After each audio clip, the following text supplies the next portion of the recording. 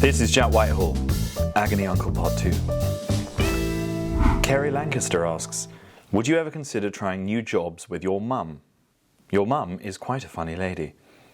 You could try your hand at a spa therapist's, butlers, air hostesses. You really could have some fun. Kerry Lancaster. Now, here's my brain whirring right now. I suspect this is probably my mother using a pseudonym and online, trying to encourage me to do more shows with her. I'm looking at the spelling now and the little mistakes. Yeah, that's definitely Hillary's writing. No, Mother, I'm not doing any more shows with you. Just drop it. Kerry Lancaster. I'll be keeping an eye out for that name. Mary Elizabeth Pike. Strong name. It may not be what you are after, but I would really like to know if your character in The Jungle Cruise was based on, inspired by your father. I mean, 100% it was based on Michael Whitehall. Just this flouncy snob in the Amazon complaining about his luggage and the quality of the food and wine on offer. Yeah, it was pure Michael Whitehall. Michael Whitehall, carry on up the Amazon. That was what I was channeling every single day of the shoot. In fact, I looked through my wardrobe at the end of it and realised that every single one of the suits that I wore as McGregor, my father owned. Amanda Beale asks, how do you educate middle-aged men to use a vacuum cleaner and clean up after themselves? It is impossible. They're never going to learn, especially when they've got to middle-aged. Your best option, though, and this is what I did with my father some years ago, is I tried to convince him that our vacuum cleaner was voice-activated. He'd heard of robot cleaners. He thought that ours was a robot cleaner. To watch him shouting activate at a Henry the Hoover for 20 minutes and it doing nothing, bliss. So I would just go down that route instead. All devices, by the way, you can tell them are voice activated. Electric toothbrush as well. Just tell them it's an electric toothbrush, just a regular toothbrush. Watch him trying to find the button. I told him that all of our toilet seats are those Japanese ones where the seat will raise by command. My dad hasn't done it for 5 years. Lucy Teal. Why is it so hard to type an email or text message when someone is watching you? Would it be better to headbutt the keyboard and hope you get a better outcome? I don't think it is that hard to type when someone's watching you. Was someone watching you whilst you were doing this? Did you write that entire question by just headbutting this keyboard? If so, you have talent, Lucy Teal. Utilise it. I don't know where, but if you are the keyboard headbutter, I don't know, do it enough times, maybe you'll write a novel. Andy Whitecraft. Why is the word moist funny? It's not funny. It's despicable. It's disgusting. There's nothing funny about the word moist. Oof. Shivers down my spine just hearing it. So no, Andy Whitecraft. No more of that, please.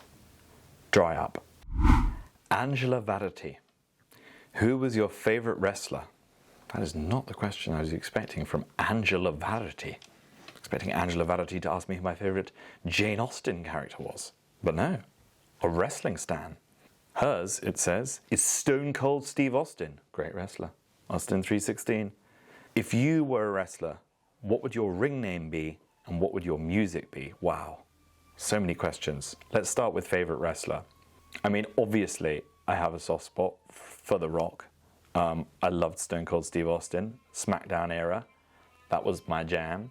But I've also got to say, I was a big fan of Rikishi Fatu.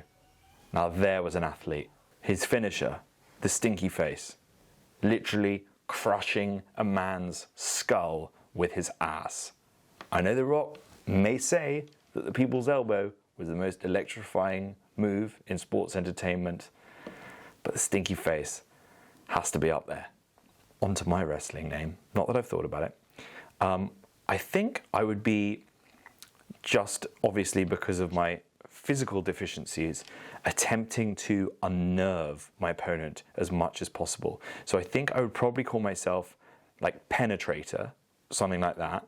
And then I would come on to music again that would jar with the kind of vibe, and they'd be expecting something, you know, like dramatic and scary. And then I just come out to like something by Michael Bublé, and everyone's like, what the hell is going on here? and then, they're so thrown by the fact that they're about to be wrestling the Penetrator and he's coming out listening to Buble, they tap out pretty quickly. Also probably, when they know that my favourite move is the Stinky Face by Rikishi Fatu, they're going to be running scared. So yeah, that would be my approach to wrestling. It's probably why the WWE have never come calling. Rich Cocker. Wow. Okay, come on. You can surprise me as well, Rich. Dick Cocker, that would have been his name at school. That must have been a long 5 years. How do you politely decline invites? I'm looking for positive replies or actions. Not my usual, I already have enough people in my life I don't like. Whoa, Rich Cocker. He's got a hard shell. I mean, you would have a hard shell if you were called Rich Cocker. I guess you'd have to develop that over the years. But no, I mean, yeah, right now, it's been the easiest time in human history to get out of plans. Like, COVID is the best thing for being antisocial ever. Long may that continue. Well, not long may that continue. Obviously, we want an end to the pandemic. But the only upside of the pandemic is it's just the easiest time ever to cancel plans. Oh, you're not coming to my birthday party? Why? Done. Stacey Racy Falconer. Is this a wrestler? That's a good wrestling name. Why do men feel the need to keep their hands down their trousers or pants and occasionally scratch and sniff? I mean, it's something that I've actually thought about quite a lot because I do spend a lot of time with my hands down my pants. This is one of the rare occasions where, hands where you can see them. Because obviously if you do that on the internet, you can get in quite a lot of trouble. But I don't know. I think there's just a fascination with it from, day dot. As a child, you discover it and start having a little bit of a fiddle, and you never really grow out of that phase. It's like a Rubik's Cube that you never solve, but you're always trying. That's how I look at my penis. Zara Cannings, what used to scare you as a child? I was scared of the dark and shadows. I mean, that's got to be a bit of a nightmare. Although I guess when it's dark, there aren't any shadows. So that's the advantage of, you're only going to have one of those fears at a time. Although if you're just stuck in a shadow, then it will feel like darkness. My fears as a child,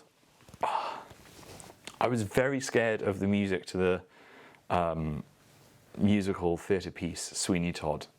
There were certain songs from that my father used to play on the CD player when we were growing up, and I would literally burst into tears because I was so terrified. It's still quite a triggering memory when I hear it played back. The Demon Barber of Fleet Street. Maybe that's why I have a beard.